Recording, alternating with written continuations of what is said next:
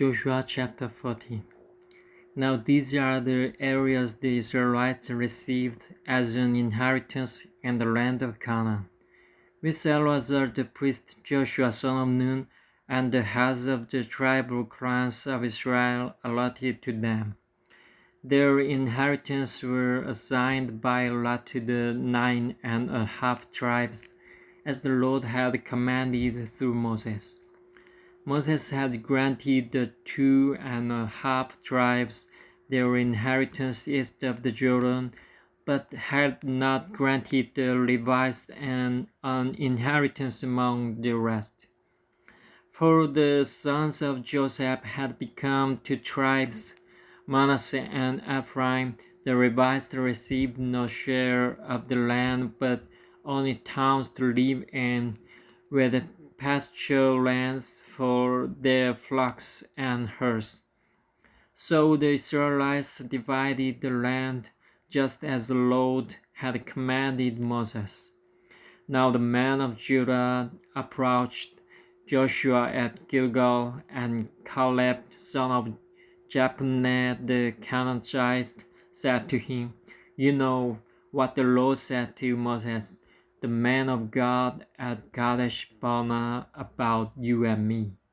I was 40 years old when Moses, the servant of the Lord, sent me from Kadesh Barnea to explore the land, and I brought him back a report according to my convictions.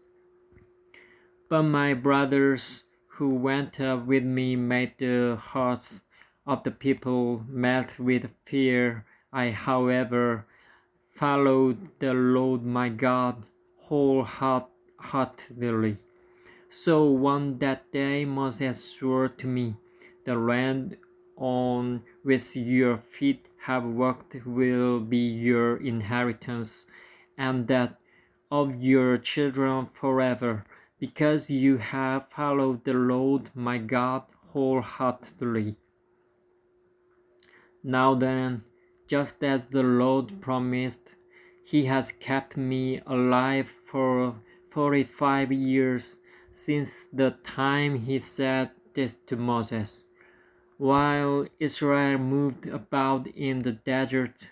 So here I am today, 85 years old. I am still as strong today as the day Moses sent me out. I'm just as vigorous to go out to battle now as I was then. Now give me this hill country that the Lord promised me that day. You yourself heard then that the Anakites were there, and their cities were large and fortified, but the Lord helping me, I will drive them out just as he said. Then Joshua blessed Caleb son of Jephunneh and gave him Hebron as his inheritance. So Hebron has belonged to Caleb son of Jephunneh the Canaanite ever since, because he followed the Lord, the God of Israel, wholeheartedly. Hebron used to be called Kiriath Arba after Arba, who was the greatest man among the Anakites. Then the land had rest from war.